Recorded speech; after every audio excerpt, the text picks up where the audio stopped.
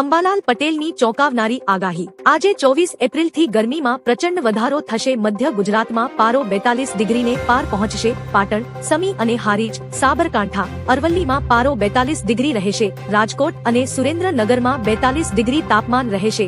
જૂનાગઢ અને કચ્છમાં પારો 41 ડિગ્રી રહેવાની શક્યતા છે। જ્યારે 28 એપ્રિલથી મે મહિનાની શરૂઆતમાં પશ્ચિમી વિક્ષેપ આવશે। રાજ્યના કેટલાક ભાગોમાં કરા સાથે વરસાદની શક્યતા છે।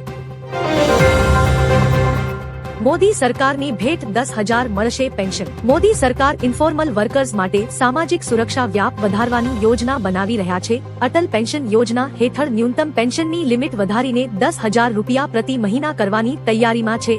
ઇન્ફોર્મલ વર્કર્સ અસંગઠિત કામદારો એટલે એવા કામદારો જેમને કાયદાકીય સુરક્ષા કે સામાજિક લાભો જેવા કે પેન્શન, રજાઓ, વીમો મળતા નથી અને ભારતમાં 90% કામદારો આ શ્રેણીમાં આવે છે।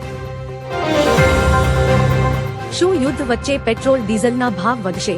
સરકારે કરી સ્પષ્ટતા। ઈરાન યુદ્ધને કારણે રાજ્યની ચૂંટણીઓ બાદ પેટ્રોલ અને ડીઝલના ભાવમાં પ્રતિ લિટર 28 રૂપિયાનો વધારો થવાના અહેવાલોને સરકારે નકારી કાઢ્યા છે। પેટ્રોલિયમ મંત્રાલયે જણાવ્યું હતું કે ભાવ વધારવાનો કોઈ પ્રસ્તાવ વિચારણા હેઠળ નથી। આ અહેવાલો ભ્રામક છે અને ભયનું વાતાવરણ બનાવવા માટે ફેલાવવામાં આવી રહ્યા છે। બુધવારે કોટક ઇન્સ્ટિટ્યુશનલ ઇક્વિટીઝે એક અહેવાલમાં તેલના ભાવમાં વધારાની આગાહી કરી હતી। ટ્રમ્પે ભારતને નર્ક કહ્યું। સેવેજ રાષ્ટ્રપતિ ટ્રમ્પે ભારત અને ચીનને નર્ક ગણાવતો એક પત્ર શેર કર્યો છે। રેડિયો હોસ્ટ માઇકલ સેવેજે યુએસ બર્થરાઇટ સિટીઝનશીપ એક્ટમાં ફેરફાર કરવાની હાકલ કરતા પત્રમાં લખ્યું, એશિયન દેશોના લોકો યુએસ આવે છે અને 9 મહિના પછી બાળકને જન્મ આપે છે અને બાળકને યુએસ નાગરિકતા મળે છે। ત્યારબાદ તેમના પરિવારો ભારત અને ચીનથી સ્થળાંતર કરે છે, જેનો ફાયદો ઉઠવામાં આવી રહ્યો છે। આ પત્રને ટ્રમ્પે શેર કર્યો છે।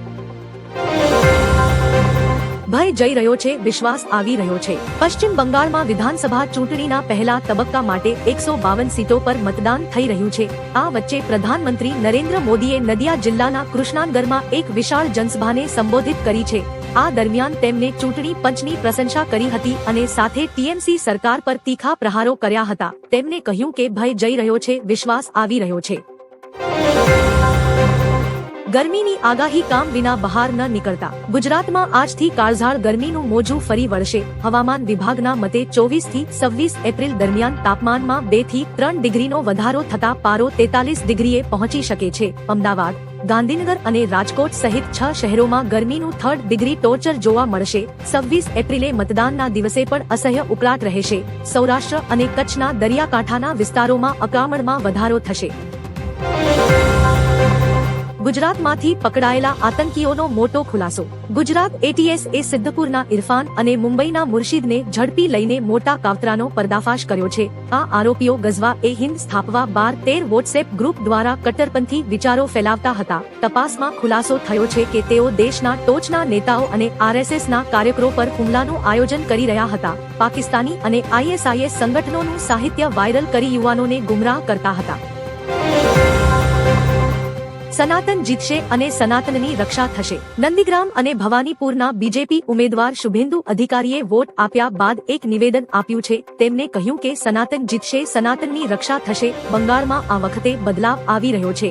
આ વખતે પરિવર્તન નહીં થાય તો બંગાળમાં સનાતન ખતમ થઈ જશે। વધુમાં તેમણે ચૂંટણી પંચના કામની પ્રશંસા કરી હતી। સાથે જ ગુંડાગીરીનો આરોપ લગાવતા તેમણે કહ્યું કે કેટલાક બેકાબૂ તત્વો દરેક જગ્યાએ હાજર છે।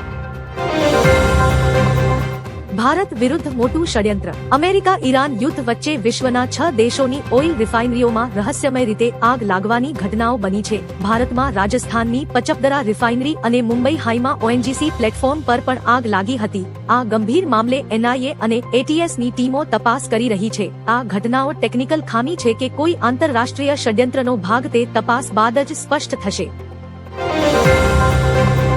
બંગાળમાં એક પણ વ્યક્તિ ઘૂસણખોરી કરી શકશે નહીં। બંગાળમાં ચૂંટણી સભાને સંબોધિત કરતા કેન્દ્રીય ગૃહમંત્રી અમિત શાહે કહ્યું કે બીજેપીનું વચન છે કે બંગાળમાં એક પણ વ્યક્તિ ઘૂસણખોરી કરી શકશે નહીં। વધુમાં મમતા બેનર્જી પર પ્રહાર કરતા કહ્યું કે મમતાના સિન્ડિકેટના કારણે નવા ઉદ્યોગો બંધ થઈ ગયા છે અને 41 કારખાના મમતા દીદીએ બંધ કરાવી દીધા છે। ગેરકાયદે ખનન, માટી અને ગૌ માતાની તસ્કરી કરનારાઓ માટે બંગાળની ભૂમિ પર કોઈ જગ્યા નથી। બદ્રીનાથ ધામના કપાટ ખુલતા જ શ્રદ્ધાળુઓનું મહેરામણ. ચારધામ યાત્રાના 5મા દિવસે આજે સવારે 6:15 વાગ્યે બદ્રીનાથ ધામના દ્વાર 149 દિવસ પછી ખુલ્યા છે. -4 ડિગ્રીની હાડ થીજવતી ઠંડીમાં આશરે 7,000 શ્રદ્ધાળુઓ દર્શન કરશે. મુખ્યમંત્રીની ઉપસ્થિતિમાં પૂજાવિધિ શરૂ થઈ છે. ભગવાનને ઓઢાડવામાં આવેલા ઘૃત કંબલ ઘીવાળો ધાબળો પરથી આગામી વર્ષનું ફળાદેશ નક્કી થશે. અખંડ જ્યોતિના દર્શન સાથે ભક્તોમાં ભારે ઉત્સાહ જોવા મળી રહ્યો છે. ભારત આવી રહેલા જહાજ પર IRGC એ કબજો કર્યો. હોર્મુઝમાં IRGC એ 2 જહાજો પર હુમલો કરી કબજામાં લીધા છે, જેમાંથી એક જહાજ દુબઈથી ગુજરાતના મુદ્રા પોર્ટ પર આવી રહ્યું હતું. હોર્મુઝથી નીકળવાનો પ્રયાસ કરી રહેલા આ જહાજો પર હુમલા બાદ IRGC એ કબજો કર્યો છે. જણાવીએ કે IRGC સૈનિકોએ આ જહાજો પર ફાયરિંગ કર્યું હતું. સુરક્ષિત બંગાળ બનાવવા માટે વોટ કરો. પશ્ચિમ બંગાળ વિધાનસભા ચૂંટણીને લઈને ગૃહમંત્રી અમિત શાહે એક્સ પર પોસ્ટ શેર કરતા કહ્યું કે આ વખતે બંગાળ ચૂંટણી પ્રદેશના વર્તમાન સાથે ભવિષ્ય માટે પણ ખૂબ જ મહત્વપૂર્ણ છે. એક મજબૂત નેતૃત્વવાળી સરકાર જ બંગાળની ડેમોગ્રાફી બદલી શકે છે. બંગાળની માતાઓ અને દીકરીઓ માટે બંગાળને સુરક્ષિત બનાવવા માટે મોટી સંખ્યામાં મતદાન કરો. વિકસિત બંગાળ બનાવવા માટે પહેલા મતદાન કરો, પછી જલપાન કરો. ધુરંધરની ત્રીજી ફિલ્મની તૈયારી. ધુરંધર ફ્રેન્ચાઇઝીની અપાર સફળતા બાદ ડિરેક્ટર આદિત્ય ધર ધ મેકિંગ ઓફ ધુરંધર લાવવાની તૈયારીમાં છે.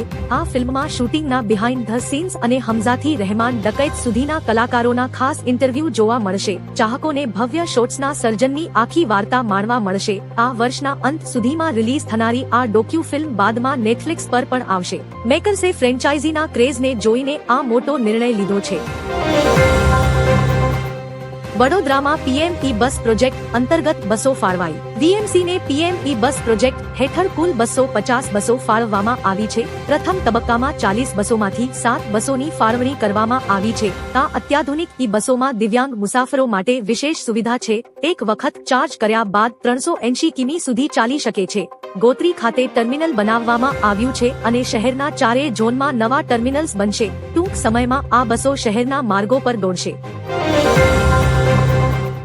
બંગાળ હિંસામાં બોમ્બથી હુમલો. પશ્ચિમ બંગાળના મુર્શિદાબાદમાં મતદાન વચ્ચે રાજકીય માહોલ ગરમાયો છે. અહીં ભાજપ અને TMC કાર્યકરો વચ્ચે થયેલી હિંસક અથડામણમાં દેશી બોમ્બ ફેંકવામાં આવતા અનેક લોકો ઘાયલ થયા છે. આ ઘટનાને પગલે વિસ્તારમાં તણાવ પ્રવર્તી રહ્યો છે. સુરક્ષા દળોએ સ્થિતિ પર કાબૂ મેળવવા કવાયત હાથ ધરી છે. હિંસાને કારણે સામાન્ય મતદારોમાં ભારે ફફડાટ જોવા મળી રહ્યો છે. પ્લાસ્ટિકથી બનેલા રસ્તાઓ પર ડ્રાઇવિંગ. જનરલ નોલેજની દ્રષ્ટિએ એક ગર્વ લેવા જેવી વાત એ છે કે ભારત વિશ્વનો એવો દેશ બની ગયો છે જ્યાં 50%થી વધુ નવા ગ્રામીણ રસ્તાઓ રિસાયકલ કરેલા પ્લાસ્ટિકમાંથી બનાવવામાં આવ્યા છે. આ રસ્તાઓ સામાન્ય ડામરના રસ્તા કરતા 3 ગણા વધુ મજબૂત છે અને ચોમાસામાં તેમાં ખાડા પડતા નથી. પૃથ્વી દિવસ પર આ એક મોટી ઉપલબ્ધિ છે કે આપણે કચરાને ઇન્ફ્રાસ્ટ્રક્ચરમાં ફેરવી રહ્યા છીએ. રિફાઇનરીઓમાં આગનો સિલસિલો. 1 માર્ચ ઇક્વાડોરમાં ઓઇલ રિફાઇનરી, 17 માર્ચે ચાર્જ પંપ યુનિટમાં આગ લાગી. મેક્સિકોમાં ઓલ્મેકા ઓઇલ રિફાઇનરીમાં આગ લાગી. 23 માર્ચે ટેક્સાસમાં રિફાઇનરીમાં મોટી આગ લાગી. 16 એપ્રિલે એક રિફાઇનરીમાં આગ લાગી જે ઓસ્ટ્રેલિયન રાજ્ય વિક્ટોરિયાને 50% ઇંધણ પૂરું પાડે છે. 20 એપ્રિલે રોમાનિયાના બુકારેસ્ટમાં એક થર્મલ પ્લાન્ટમાં આગ લાગી. 22 એપ્રિલે ઈરાનના એર્બિલમાં એક રિફાઇનરીમાં વિસ્ફોટ થયો. અમરેલીમાં કોંગ્રેસને ઝટકો. અમરેલીમાં કોંગ્રેસને મોટો ઝટકો લાગ્યો છે. છેલ્લા 35 વર્ષથી કોંગ્રેસ સાથે જોડાયેલા સિનિયર નેતા દિનેશ પરમારે પક્ષ છોડીને ભાજપમાં જોડાવાનો નિર્ણય લીધો છે. તેમણે જિલ્લા ભાજપ કાર્યાલય ખાતે વિધિવત રીતે ખેસ પહેરીને પક્ષમાં પ્રવેશ કર્યો હતો. દિનેશ પરમારે જણાવ્યું કે તેઓ મંત્રી કૌશિક વેકરિયાના વિકાસ કાર્યોથી પ્રભાવિત થયા છે. તેમણે કોંગ્રેસમાં ટિકિટ ન મળવા અને આંતરિક સેટિંગના આક્ષેપો પણ કર્યા.